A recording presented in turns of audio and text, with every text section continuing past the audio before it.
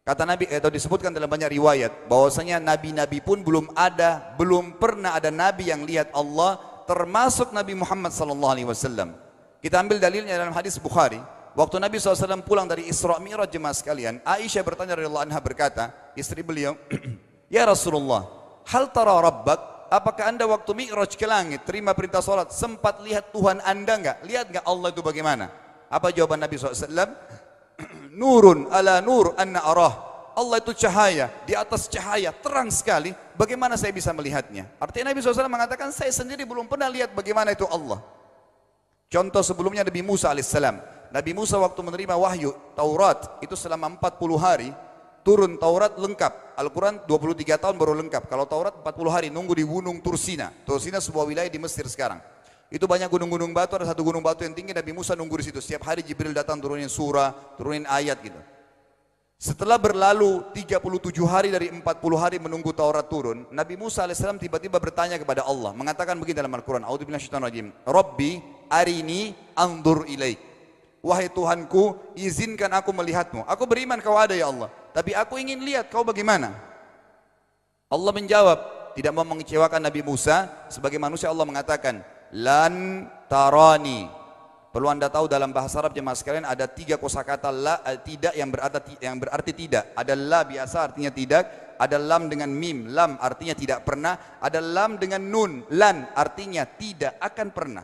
Allah mengatakan apa? Lan tarani, kau tidak akan mampu melihatku hai Musa. Tapi Allah nggak mau kecewain Musa. Ternyata Musa selama 37 hari jemaah sekalian kagum-kagum melihat gunung-gunung batu di situ.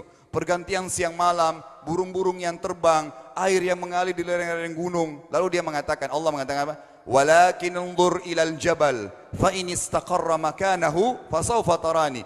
Coba kamu lihat gunung-gunung batu di sekitarmu hai Musa. Kalau mereka bisa menampung kedatanganku kata Allah, kau akan bisa melihatku.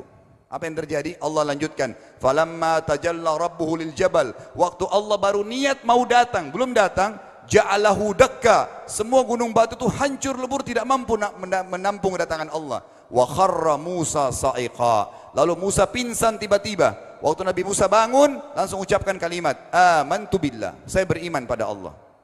Berarti fakta lapangan, nabi-nabi aja belum pernah lihat Allah. Masih pertanyaan lagi jemaah sekalian, kenapa Allah nggak bisa kelihatan? Saya akan jawab dan tolong ini jadikan sebagai pegangan hidup.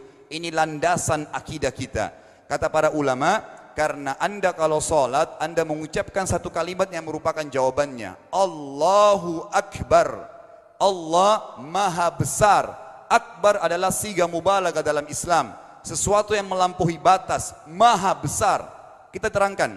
Kata Nabi SAW, perumpamaan bumi yang kalian tinggali ini dibanding dengan langit pertama di atas kepala kalian ada 7 lapis langit. Allah mengatakan sab'an shidada, 7 lapis langit yang kokoh. Alladzi khalaqa sab'a samawatin tibaqa, yang menciptakan langit tibaqa bersusun 1, 2, 3, 4, 5, 6, 7. Allah di atas langit ke-7. Kata Nabi SAW, perumpamaan bumi yang kalian tinggalin dibanding dengan langit pertama di atas kepala kalian, ibaratnya seperti cincin yang dibuang di padang pasir. Jadi kita tidak akan pernah bisa melihat ujungnya langit karena kita sangat kecil, dan ini terbukti secara fakta. Apakah anda sudah tahu bahwasanya miliaran bintang-bintang yang ada di atas kepala anda yang jaraknya sekian miliar tahun dari bumi dan sekian miliar tahun lebih besar daripada bumi, sekian miliar kali lebih besar daripada bumi, itu semua berada di bawah langit pertama. Manusia tidak akan pernah bisa memegang langit ini dengan telapak tangannya karena dari sini saja ke Pluto jaraknya 270 tahun. Nggak bakal bisa ada astronot dikirim kena mati di tengah jalan. Jaraknya jauh sekali bintang-bintang dan semua berada di bawah langit pertama. Kata Nabi SAW, di atasnya ada langit kedua besarnya, digabung antara bumi sama langit pertama seperti cincin dibuang di padang pasir. Langit ketiga, 2, 1 dan bumi digabung tiga-tiganya, di mana langit ketiga seperti cincin dibuang di padang pasir sampai langit ketujuh. 5, 6, 4, 3, 2, 1 dan bumi, 7 digabung, dibanding langit ketujuh seperti cincin dibuang di padang pasir.